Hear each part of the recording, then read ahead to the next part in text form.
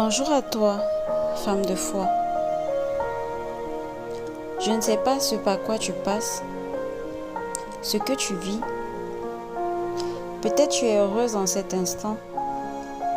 Peut-être tu es triste ou soucieuse. Peut-être tu es en train de pleurer et crier parce que déçue par une situation. Peut-être tu as du mal à t'aimer. Tu as de tas de complexes.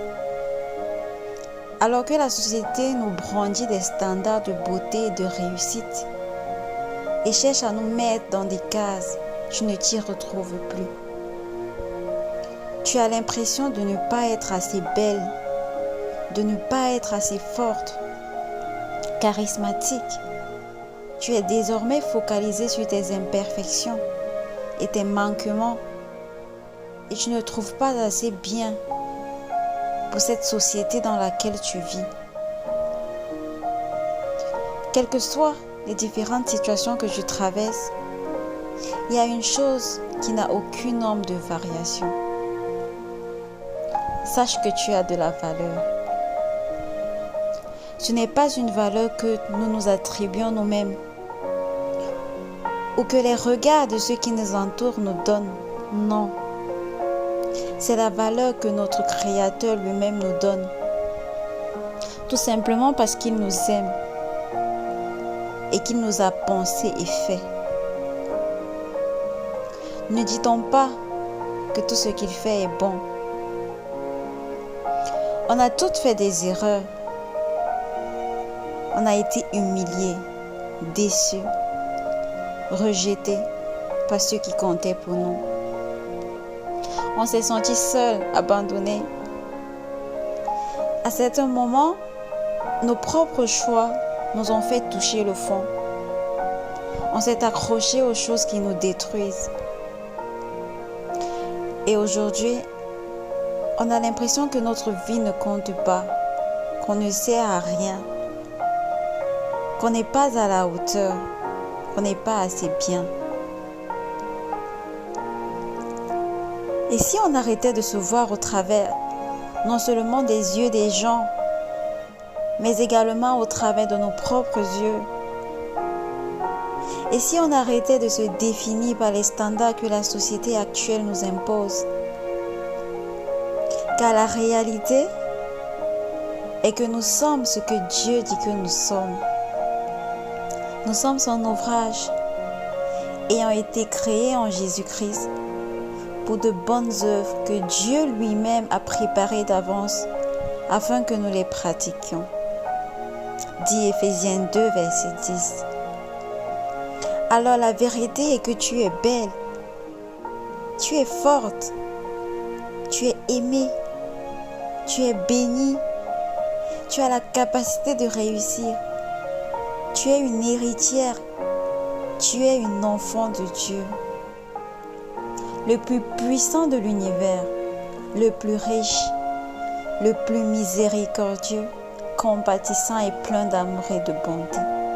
Oui, il est ton papa.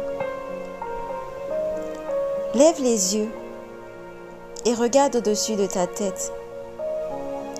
Observe cette couronne que la chair ne peut voir. Elle est faite de métaux précieux. Elle brille de jour comme de nuit. Oui, ma sœur, tu as de la valeur. La Bible déclare dans Psaume 134, verset 14. Je te loue de ce que je suis une créature si merveilleuse. Tes œuvres sont admirables et mon âme le reconnaît bien. Que ton âme reconnaisse désormais que tu es une créature merveilleuse et que les œuvres du Seigneur sont admirables dans ta vie. Dans Jérémie 29, verset 11, la Bible déclare « Car je connais les projets que j'ai formés sur vous, dit l'Éternel, projets de paix et non de malheur, afin de vous donner un avenir et de l'espérance.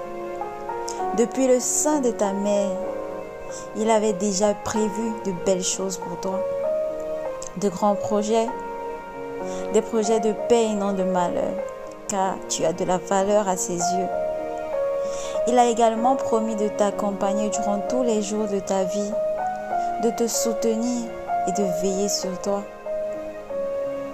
Dans Josué 1, verset 9, il déclare, « Ne tremble pas, non, n'aie pas peur, car moi, le Seigneur ton Dieu, je serai avec toi partout où tu iras. » Aujourd'hui, le Seigneur veut te rassurer qu'il est avec toi partout où tu es. Il te garde, il te protège, il voit tes larmes, ta douleur, ta peine. Il entend tes cris les plus profonds. Il connaît les battements de ton cœur. Confie-toi au Seigneur. Parle-lui de ce que tu ressens, de tes difficultés. Demande-lui de changer en toi ce qui ne l'honore pas. Lis sa parole et fais sa volonté. C'est ton intimité avec le Seigneur qui te conduira au bonheur que cette société ne peut te donner, peu importe ses standards.